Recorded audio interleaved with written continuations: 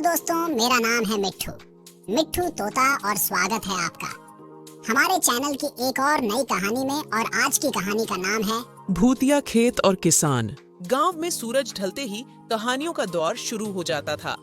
एक शाम बूढ़े ताऊ जी ने गांव के बाहर वाले खेत की कहानी सुनाई। वो खेत सालों से वीरान पड़ा था, फसलें सूख जाती थीं और जानवर भी उसके आसपास नहीं फटकते थे। लोग कहते थे उसमें भूत रहता है।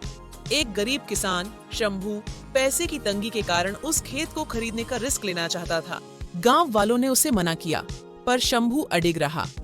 वो रात को ही खेत पर पहुंचा। हवा में एक सिहरन थी, पर भूत का कोई पता नहीं चला। उसने थोड़ी सी जगह साफ कर बीज बो दिए।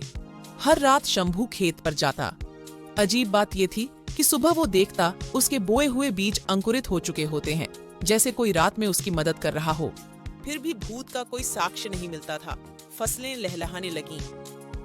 एक रात पहरे के दौरान शंभू को दूर से रोशनी दिखाई दी। वह धीरे से आगे बढ़ा। खेत के बीचों बीच एक बूढ़ा किसान टूटी फूटी मिट्टी की दीवार को मजबूत कर रहा था। पास में ही एक टूटा हुआ कुआं भी था। शंभू डरा नहीं, बल्कि आदर से आगे बढ़ा। बूढ़े ने मुस्कुराते हुए कहा, बेटा, तू मेहनती है, पर ये खेत सूख चुका है। पानी के बिना फसल नहीं होगी। शंभू ने बताया कि हर रात उसे लगता है कोई उसकी मदद कर रहा है। बूढ़ा हंसा और बोला, मैं वही भूत हूँ। मैं इसी खेत का पुराना रखवाला था। मेरी आत्मा को शांति नहीं मिली थी, क्योंकि खेत बंजर हो गया था। तूने मेहनत की, इसलिए मैंने भी मदद की। शंभू ने पूछा, अब आप शांत हो जाएंगे? बूढ़े ने कुएं की तरफ इशारा किया और कहा, कुएं की मरम्मत कर। मेरी हड्डियां वही हैं, उन्हें उचित विधि से दफना दे, तब मेरी आत्मा को शांति मिलेगी। शंभू ने अगले दिन ही गांव वालों की मदद से कुएं की मरम्मत करवाई और बूढ़े किसान की हड्डियों को दफनाया। उस साल खेत लहलहा उठा।